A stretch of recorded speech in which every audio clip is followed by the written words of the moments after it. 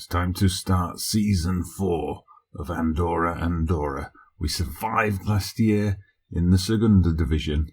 This year, can we make it a year of consolidation? Let's have a season preview and see what you think.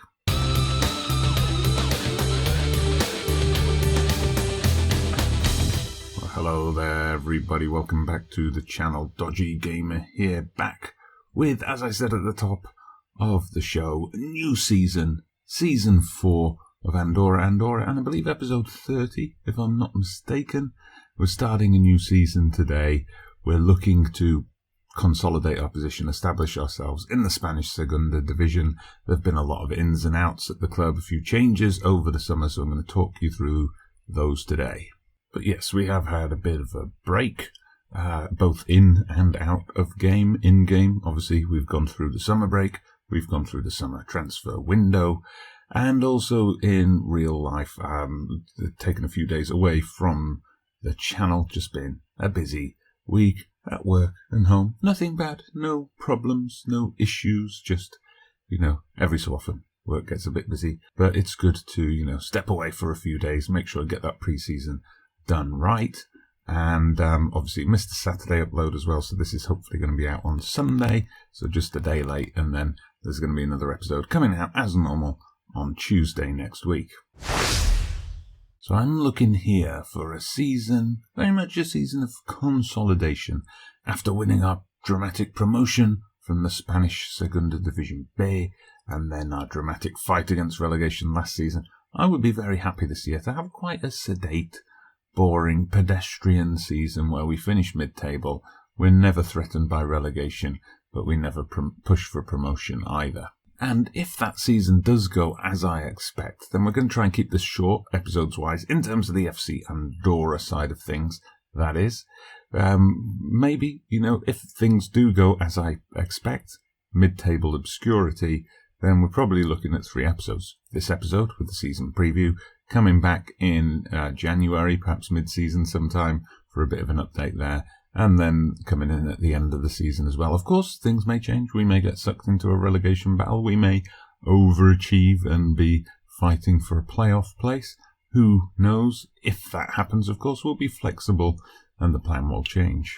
So today the main focus is going to be the transfers, the ins and outs, and how the squad's changed over the last few months. We're also going to have a little bit of a look at the coaching staff and how that links in to some of the transfers and contract negotiations. Then we'll briefly touch on some issues with the board and with the shy guy who's in charge, our takeover tycoon. And finally, of course, going through the results of pre-season and the season so far. You'll already have an indication from the league table here, but those are the things we're looking at today. But first things first, we'll start with the media preview. Now, the media have been a bit lazy. They're predicting us to finish 16th, which is what we did last time out. Just one off 15th, which T. Davey won. I noted it down this time.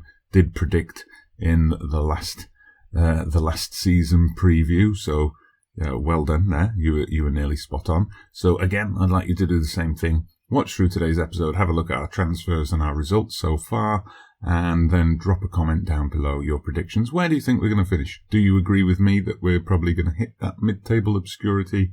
Do you think we're still going to be in a relegation battle?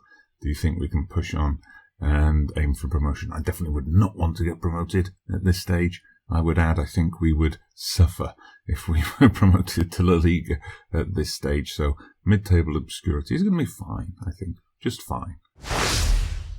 So here's our transfer history for the summer season. You'll see quite a few new faces have come in and a lot more have gone out. So we'll start with the outs now. We had a couple of players, backup players go, like John Cena left at the end of his contract. He's gone off to Iceland. He's turned from John Cena to my mum. I've also had a few bit part players who didn't really make an impact on the first team squad last season who've gone out on loan. We didn't have space for them in the squad. They weren't happy to be in FC Andorra B. We couldn't sell them either, so they've gone out. So Rai, for example, who was key when we were in Second Division B, but didn't really get a game last season. He's off. He's gone to Extremadura, who are also in our division. So maybe this is the level. Maybe I haven't given him enough credit there. But you can see he's gone from 27 games in our first season to 11 and then 2 last season. So it's time to move him on. Fran Navarro, striker I brought in last season, but, Benedetti in such good form, he never really got a look in. So the former Valencia player, only 2 goals last season. He's now gone to Fuenlabrada, who've been promoted to join us in the second division as well. And Calvillo, our right winger, again, he was a key member of our promotion-winning team, but didn't really get a look in last season. And when he didn't play very well, 6.49. So he's dropped back down to the second division B at Alcoyano. And you see, he's doing pretty well there. I think he's found his level again. Plenty of youngsters gone out on loan as well. You see, Cornelia have almost become a feeder club. They've taken on a load of our young players, 4 of them. In fact, they're down in second division B as well. But perhaps the biggest sale of them all was this guy, Moha, our attacking midfielder. He's gone to Tenerife, who've just been relegated from La Liga. They paid us over £1 million for him, 1.1 million, which I was happy with, and the board were not. They thought we should have held out for more. He had some good seasons for us. He did get a lot of game time last season, but a lot as a substitute. And we having to play him because of the change in tactics where we stopped playing with that attacking midfielder role and went with a defensive midfielder instead. I was having to play him on the right wing, which isn't his best position. So he's off at Tenerife. Hopefully they're going to play him in a position he's happier with. That was the only money transfer, 1.1 million coming in. And in terms of spending, we've spent a little bit. We've spent about £500,000 ourselves. Got lots of freebies coming in, and I'm just going to talk you through the main ones now. So first of all, as I mentioned in the last episode, now confirmed, Vukotic is a full-time FC Andorra player. So we got the deal pulled through to buy him from Benfica. We paid £140,000. And as you can see, last season he played half a season for us, basically 21 appearances, a goal, 2 assists, and a 7.15 rating. Already this season, 3 appearances and a 7.0 rating. So welcome aboard, Vukotic. I also signed Liam Miller, who we had on loan last season, of course, from Liverpool. I'm not sure why I did this. Maybe I had a few too many drinks one night and thought it would be a good idea. But, he didn't really have a fantastic season last year. I didn't really settle on a position with him. Played him on the left, played him on the right, played him up front sometimes. In the end, 7 goals, 3 assists, and a 6.82. But he was available for free. His contract had expired, so we brought him in. Hasn't had a great start to the season, as you can see, but we brought him in. There's a potential here to at least just sell him on in the future if needs be. So defence was a key area for us. So I managed to strengthen the centre-back positions. We've brought in here another young English player. Taylor Harwood-Bellis joins us from Manchester City. Only 20 years old, but we see 4-star current ability, 5-star potential. We had a loan spell before in Portugal, so he's not entirely averse to going abroad. Those have been his only professional games before joining us, but he's had a great start, as you can see. 3 appearances, he's got an assist already, and a 7.5. We also made another signing from Portugal, an Italian player this time, Pedro Justiniano. So we say, hey, no, Pedro Justiniano. Started out at Juventus, played for Porto B, had some loan spells in Portugal, again joins us on a free transfer, just like Harwood-Bellis or whatever his name is. He's had a fantastic start. We've got our new centre-back pairing. And we've got a backup player as well for them, Stanislav Krush, the Belarusian crushing machine, also a centre-back, 3-star current ability, decent potential as well. Played more for the national team than he ever did for Bate Borisov, but it's alright, welcome aboard, Krush. We'll squash them together. Now here's a mistake. Finocchietto, Argentinian goalkeeper, 3-star current ability, 4-star potential. You might look at him and think, looks pretty decent for your level. What's the mistake? Well, he's Argentinian, and I completely forgot. I didn't forget, actually, that there's a rule that we can only have 2 non-EU players. It's just I was thinking Benedetti, and Finocchietto, 2 Argentinians. There are 2 non-EU, completely forgetting that the aforementioned Stanislav Krush, Belarusian, is not an EU player. He's European, but he's not EU. So I couldn't actually register this guy, and he's not particularly happy about it.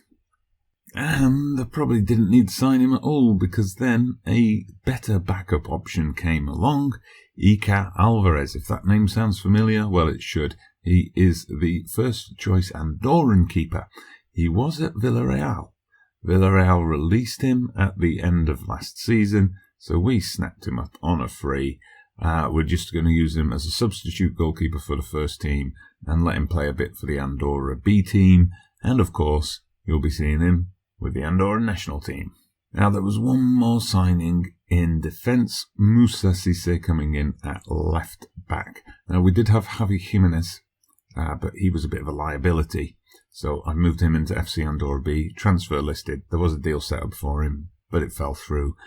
We've still got Hernandez, of course, although you'll see something about Hernandez when I go through the results, which made me sign this guy. We signed him in from PSG. So he's only ever played, well, he has played for PSG, actually. He's also played for PSG 2 and Antwerp, but a very good prospect, I think. Now, there was one other thing that was driving our selection policy. I wanted to strengthen the defence, and in doing so, I brought in this keeper, Finocchietto. Banus, our first choice keeper, I renewed his contract, and obviously brought in Krush. Now, all 3 of those had something in common. They all said in negotiations that they expected me to add to the midfield, to bolster the midfield of the squad. Now, this is where we had a little bit of a problem. You'll have noticed I'm fine for attracting young players with potential. They're easy to persuade to come. But in terms of improving the midfield, well, what does that mean? Does that mean they want higher reputation players, they want higher ability players, some combination of the two? I just can't attract those kind of players to Andorra, not at this moment in time. I brought in Pascu from Valencia, but he's got some developing to do. 2.5-star current ability, 4-star potential. He's a backup. Now, right wing was also an issue. I don't know if right wing would count in their mind as an attacking position or a midfield position. Couldn't find anyone, again, who could improve that side of the pitch for us. So we got in this guy, Alex Cantero, on loan from our parent club, Levante, so he can play as a winger on the right side of the pitch. He can also go as an inverted winger on the left, which is good to see. Now, here's the strange thing. Those 3 players wanted me to strengthen the midfield of the squad. So we brought in those 2 players. Now, if I just jump over to the squad quickly, I actually think our midfield is already pretty good. We've got a Juma here, 3.5 stars on his current ability. We've got Guerra as a backup. We've got Javi Munoz, well established in the team. As a young talent, we've got Guedes. We've got Cortina, who's the club captain, team leader, great player for us. And then, of course, we've got the likes of Jose Francisco Perez, the hottest young property in Andorran football. But here's a strange thing. Stanislav Krush, love the guy, love the name. He was happy. He said yes. When the transfer window closed, he said, yes, boss. Nice work. You've strengthened the midfield, just like you promised. Banus and Finocchietto said, hey, you said you were going to strengthen the midfield. We're not happy. Finocchietto was not happy anyway because I didn't register him for the first team squad. Banus, there's a bit more of a problem. He's a team leader, so having him unhappy doesn't help me. However, despite all the new signings, we've still got a good level of team cohesion. The dressing room atmosphere is good. The support for me, the manager, is pretty good as well. Now, the other issue I have to address is, as you'll see here, Musa Cisse when we signed him, Guedes from before when we signed him last season, and Krush. They all said I must improve the coaching team. Sorry, my apologies. Krush just wants to be played in his preferred position. Central defender. He's a central defender. That's easy. Cisse and Guedes want us to improve the coaching team. I've still got time. I've got a year to do that. But here we've got the same problem as with the players, where it's just about bringing in the kind of quality of coach that's going to improve the staff. Now, as you can see, we've filled up with 12 coaching staff at the moment. I have asked the board several times to increase that quota. They keep saying no. And if we go and look at the coaching team, I mean, I think the coaching team so far is, it's decent for the level. I mean, you look here at the average in the Spanish second division, and on everything except for goalkeeper handling, we've got the highest average in the division. So we've got one of the best coaching setups. If it's names you're after, if it's reputation you're after, look at some of the names we've got here. We've got Paul Ince. Okay. Didn't really work out for him as a manager, but, a well-known name, good, aggressive, determined midfielder. We got Robin Van Persie, come on, as an attacking technique coach. We've got Robin Van Bloody Persie. We've got Jari Litmanen as well. I mean, this is like a dream team of the late 90s, early 2000s. We've got Deli Valdez from Panama in as well. We've got Edgar Davids, a former Barnet manager. What more could you want? We've also got this guy. He's called Pie Dad. You can't sack him. And our assistant manager's not outstanding, but he's not bad either. I like him, and I don't want to just get rid of him because some players are saying improve the coaching team. Same goes for the fitness coaches and the goalkeeping coach. Yeah, so the problem here is how can I improve the coaching team without sacking someone? I don't think I can. But we've got a year to sort this out, so we'll just address that problem when we come to it. But now we'll get on to what matters. It's all about the results on the pitch, of course. So here you see our pre-season. Pre-season, we had a 100% win record. We started off with a hard-fought win over Malaga. Then we had a lot of B teams. Maybe it's a reputation thing, but a lot of the Spanish clubs' B teams were asking to players and paying us money to come out to their place, so we happily took that. You'll also see here some Algerian teams. We got Belouizdad, Alger, and Kabylie. And these matches came about because, of course, I was trying to, as I often do, organise mini leagues, mini tournaments at our stadium, bringing in some big teams. We had one organised with Feyenoord and I think Sparta Prague and another Spanish team, Levante, I think, is our parent club. We're going to come in. It got cancelled because, of course, we're in 2022. World Cup is coming up in November, December time. So European qualifying rounds came earlier. Sparta Prague were busy there. So that got cancelled. So then I was looking, well, what can I do instead to get some money up? And these Algerian teams, if we went to their place and played, that each of them paid us something like £150,000. So we were like, okay, we'll take that. So we got over £400,000 just from playing these 3 matches. We also managed a big away win over Sion, the Swiss team, a nice 3-0 win with Benedetti getting a brace. So all was great until the first day of the season when we took on our old nemesis Barcelona B. So you'll see here 2-1 defeat, unfortunately, but you'll also see in the match stats, we were probably the better team. They scored an early goal against the run of play. We got an equaliser, Cantero scoring on his debut. Great to see. They took the lead again going into the break, and then this was what killed off all hope of a comeback. We were the better team in the second half, creating more chances, but Angel Hernandez got himself sent off, which accelerated our need for a new left-back, hence the arrival of Cisse. Not a great opening day to the season, but could have been worse. Since then, we've had 2 matches with newly promoted teams, and they've been easy, a complete breeze. We beat Fuenlabrada 3-0, Cortina, Benedetti and Perez, each getting a goal. We beat Logroñés 4-0, and again, 4 different scorers. I always like to see this in my teams. If we're getting different scorers, it means we're not relying on one guy to put the ball in the back of the net. So Cantero, Ejuma, Cortina, Benedetti getting the goals on that day. We would have played Mirandes already, but we had call-ups for the Nations League. Obviously, a lot of Andorran players getting called up. Also, Vukotic, Stanislav Krush, they've been called up for Montenegro and Belarus, respectively, as well. So we got the Mirandes game postponed.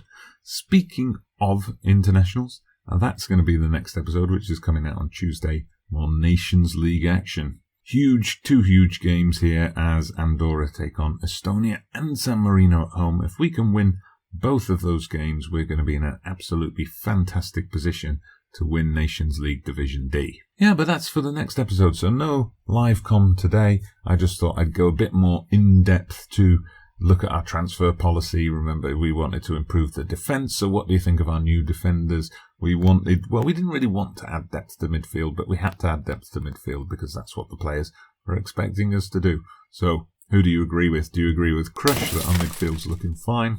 Or do you agree with Banus and the other goalkeeper with the long surname who were not happy about the state of the midfield? Also on the right wing, we had to go for a loanee player in the end, but hopefully, perhaps a bit like Milar and Vukotic, we can turn him into a permanent signing in the future. So, yes, what do you think? Drop your predictions down in the comments box below, please. And, yes, thank you very much for joining me for the season preview. Thank you for making it this far into the video. Your views, your likes, your comments are all very much appreciated. So please do hit that like button. Subscribe to the channel if you haven't done so already. Drop me a comment down below. I'm Dodgy Gamer, and I'll see you again soon.